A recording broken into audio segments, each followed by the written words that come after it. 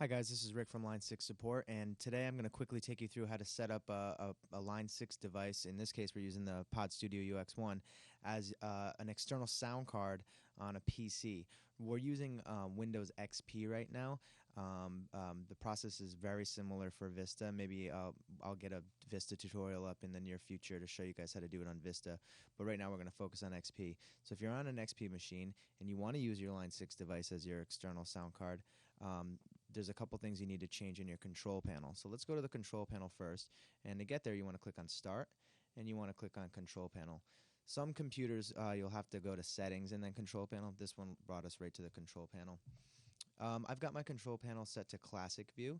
If you're in Category View, it'll look something like this. So what we want you to do is get over to Classic View, and you can just click it up there. Okay, in Classic View you'll see a few rows of icons. I want you to click on the Sounds and Audio Devices icon. And what this does is it brings up our sounds and audio device properties.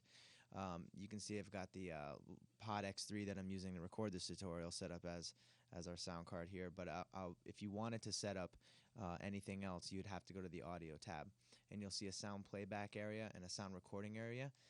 So what you would do is simply drop down these menus and select your device, and after that you'd click Apply, and that device will become your external sound card for your computer. Now you need to make sure that you've downloaded drivers for the device, and you can do that through our Line 6 Monkey software.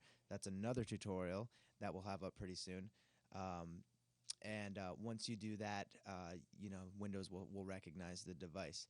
One other thing to keep in mind is that when you set up one of our products as a sound card, you're not going to hear sound playback out of your computer speakers unless you have the proper cabling, or unless you have the computer speakers plugged into your tone port. So as it stands right now, if I were to plug headphones directly into my tone port, I would hear sound if I had PodFarm launched.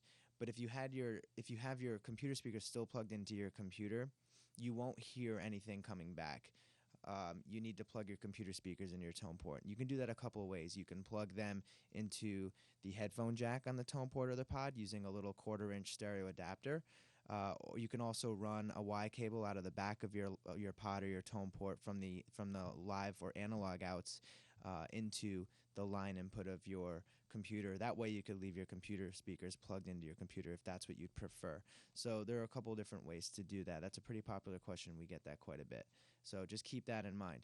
Another thing to keep in mind is that audio doesn't travel down USB. You have to have headphones or speakers or some sort of audio cable connection hooked up to the tone port in order to hear playback.